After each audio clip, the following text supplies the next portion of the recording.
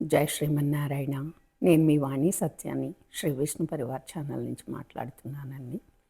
Welcome to our channel. Shri Venkateswara సుప్రభాతంలోని 29వ శ్లోకము నేర్చుకుందాము. ఈ సుప్రభాతంలో ఈ 29వ శ్లోకము చివరి శ్లోకము.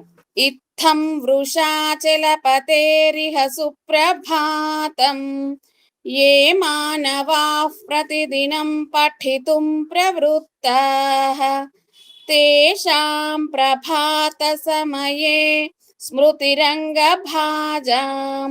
ప్రజ్ఞాం పరార్థ సులభాం పరమాం ప్రసూతే. ఒకసారి పదాలు చూద్దాము. ఇత్థం తా కింద ఒత్తు థా ఒత్తు అంటే మహాప్రాణము.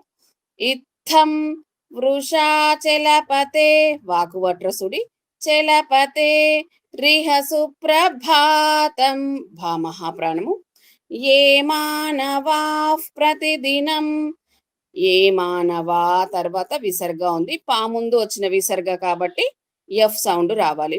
ఏ మానవా ప్రతిదినం పాకు రకారము, పఠితుం టి మహాప్రాణము, ప్రవృత్తాః పాకు రకారము, వాకు వట్రసుడి, తా తర్వాత విసర్గ ఉంది కాబట్టి ప్రవృత్తాః తేషాం ప్రభాత సమయే పాకు రకారము, బా దీర్ఘము మహాప్రాణము, స్మృతిరంగ భాజాం సాకు మకారము వట్రసుడి సంయుక్తాక్షరము, రంగ భాజాం బా మహాప్రాణము, బా భాజాం ప్రజ్ఞాం పరార్థ సులభాం ప్రజ్ఞాం జాకు ఇని ఒత్తు, పరార్థ రాకు ఒత్తు థా ఒత్తు మహాప్రాణము, సులభాంలో భా మహాప్రాణము, పరమాం ప్రసూతే పాకు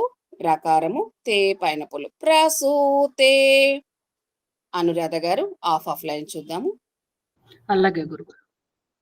ఇత్థం వృషాచలపతే ఇత్థం వృషాచలపతే ఇత్థం వృషాచలపతే ఇత్థం వృషాచలపతే రిహ సుప్రభాతం రిహ సుప్రభాతం రిహ సుప్రభాతం రిహ సుప్రభాతం ఏ మానవాః ప్రతిదినం ఏ మానవాః ప్రతిదినం ఏ మానవాః ప్రతిదినం ఏ మానవాః ప్రతిదినం పఠితుం ప్రవృత్తాః పఠితుం ప్రవృత్తాః పఠితుం ప్రవృత్తాః పఠితుం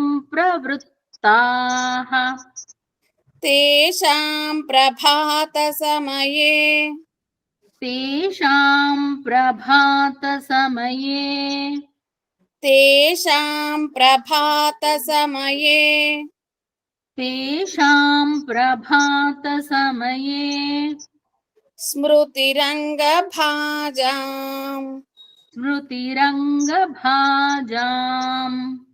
స్మృతిరంగభాజాం స్మృతిరంగభాజాం ప్రజ్ఞాం పరార్థ సులభాం ప్రజ్ఞాం పరార్థ సులభాం ప్రజ్ఞాం పరార్థ సులభాం ప్రజ్ఞాం పరార్థ సులభాం పరమాం ప్రసూతే పరమాం ప్రసూతే పరమాం ప్రసూతే పరమాం ప్రసూతే. ఇప్పుడు సింగిల్ లైన్ చదువుదాము.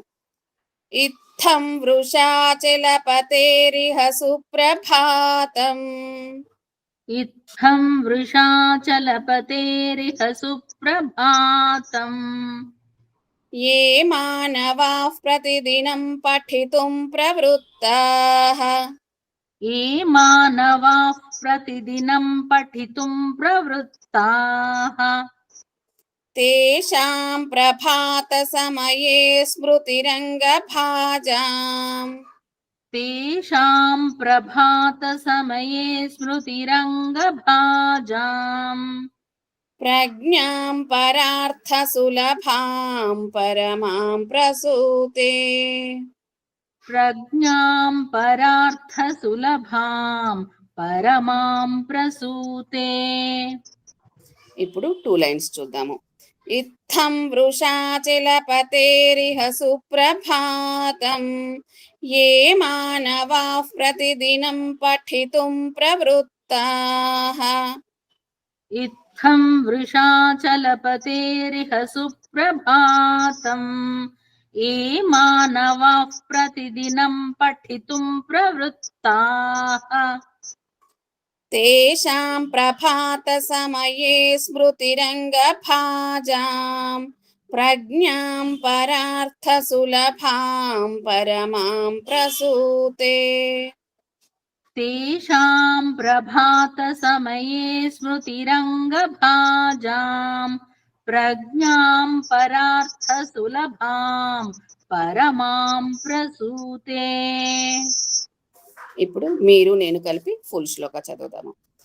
ఇత్థం వృషా చిలపతేరిహ సుప్రభాతం ఏ మానవాః ప్రతిదినం పఠితుం ప్రవృత్తాః తేషాం ప్రభాతసమయే స్మృతిరంగభాజాం ప్రజ్ఞాం పరార్థసులభాం పరమాం ప్రసూతే.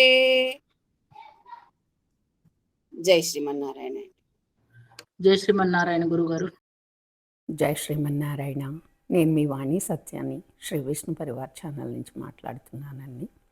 Welcome to our channel.